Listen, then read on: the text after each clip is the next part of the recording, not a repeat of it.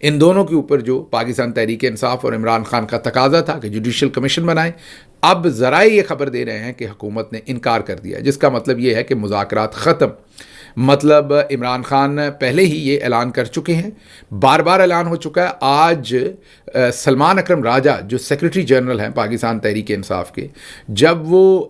نکلے جیل سے عمران خان سے مل کے، تو انہوں نے بھی ایک ٹویٹ کیا کہ اگر جوڈیشل کمیشن نہ بنا تو پھر مذاکرات آگے نہیں چلیں گے۔ اس کا پہلے بھی اعلان پاکستان تحریک انصاف بار بار کر چکی ہے۔ عمران خان کا دو ٹوک یہ پیغام ہے کہ اگر جوڈیشل کمیشن نہیں بنتا تو پھر اس کے بعد معاملات جو ہیں مزید مذاکرات نہیں چلیں گے۔ تو حکومت اب ذرائع یہاں پر رپورٹ یہ کر رہے ہیں کہ حکومت جو ہے میڈیا کے ذرائع بتا رہے ہیں کہ وہ ان کا صاف جواب ہے کہ ہم نے کمیشن نہیں بنانا، کیونکہ یہ معاملات پہلے ہی عدالت میں ہیں، تو اس پر کیوں کمیشن بنانا؟ حالانکہ یہ بیہودہ بات ہے، بہت سارے معاملات عدالت میں ہوتے ہیں، پھر بھی ان پر جوڈیشل کمیشن بنتا ہے۔ اور لگ یہی رہا ہے کہ چودھری صاحب ڈرتے ہیں۔ ظاہر ہے اگر جوڈیشل کمیشن بنا تو جو 26 نومبر کے اندر جس طریقے سے قتل و غارت کی گئی اور 9 مئی جس جعلی طریقے سے بنایا گیا، یہ کبھی بھی اس پر کمیشن نہیں بنا سکتے۔ عمران خان نے ان کو ایک دفعہ پھر ایکسپوز کر دیا ہے اور انہیں کچھ سمجھ نہیں ہے کہ اب کس طرف کو نکلیں۔ خبریں اور بھی تھیں، اس پر بھی مزید ڈیٹیل میں بات کریں گے۔ جاتے جاتے آپ کو صرف یہ بتائیں کہ کامنٹ سیکشن چیک کیجئے گا، وہاں پر ہم اپنا واٹس ایپ چینل ہم نے ایک شروع کیا ہے، اس کو جوائن کیجئے تاکہ جو یہ آپ کے فائر وال وغیرہ لگا کے آپ کو بلاک کیا جاتا ہے، آپ کو ڈائریکٹ اس میں سے اپڈیٹس مل سکیں۔ تو اس لنک کو کلک کریں گے تو آپ واٹس ایپ گروپ جوائن کر لیں گے۔ پریشان ہونے کی ضرورت نہیں ہے، آپ کا جو نمبر ہے، آپ کی ایسوسیشن ہے، وہ نہ ہمیں پتہ ہوگی نہ کسی کو پتہ ہوگی، وہ کوئی ایکسیس کسی کے پاس اس کی نہیں ہوگی، وہ صرف آپ ہی کے پاس ہوگی، اور آپ کی تمام جو انفارمیشن ہے وہ اس میں، اس گروپ کو آپ جوائن بھی کریں گے، چینل کو جوائن کریں گے، گروپ کو نہیں، تو کسی کو نہیں پتہ ہوگا کہ آپ نے اس چینل کو جوائن کیا ہوا ہے۔ مجھے یہاں سے اجازت دیجیے، اللہ آپ کا حامی و ناصر ہو۔ پاکستان زندہ باد۔